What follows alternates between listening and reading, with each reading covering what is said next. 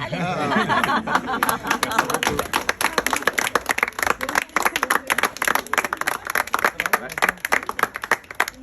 C'est d'abord un combat, je crois, puisque ce centre avait fait l'objet d'un incendie il y a maintenant 1 an.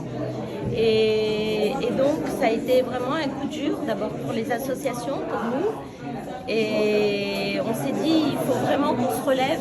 On a eu pour une somme importante pour refaire le bâtiment, le nettoyer de ses flammes et de ses brûlures. Et c'est une renaissance de ce centre LGBTQIA+, de l'océan Indien, de la Réunion et des Outre-mer.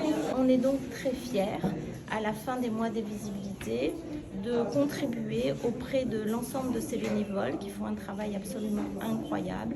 Et je trouve qu'ils sont très courageux, qu'ils sont vaillants, qu'ils sont exemplaires pour pouvoir être debout et continuer à faire leur combat. Et nous, on sera aux côtés avec Guillaume.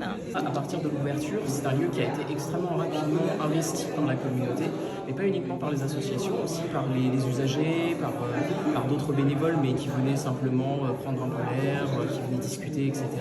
C'est vraiment devenu un lieu de vie qui a gagné beaucoup de chaleur, qui a fait beaucoup de bien à beaucoup de gens, qui a permis à des amitiés de se nouer, à des familles de se créer, etc. Donc c'est vraiment un lieu qui a beaucoup compté pour nous, qu'on a construit patiemment, qu'on a construit avec beaucoup d'amour pour les autres.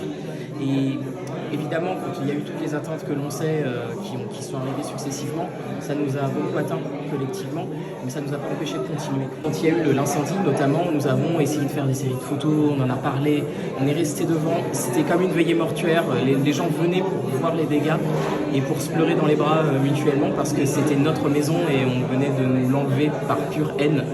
Et c'est 1 an et demi pratiquement que nous avons passé en dehors des murs, ont été très difficiles pour nos communautés, pour nos associations aussi.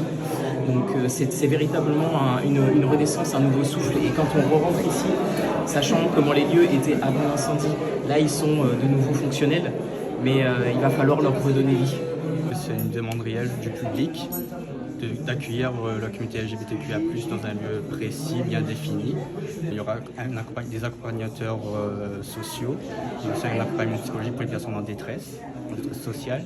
Et aussi, on va proposer plusieurs actions d'animation au sein du centre pour sensibiliser la population contre les discriminations anti-LGBTQIA+. Après l'incendie, on a ressenti beaucoup de tristesse et de peur.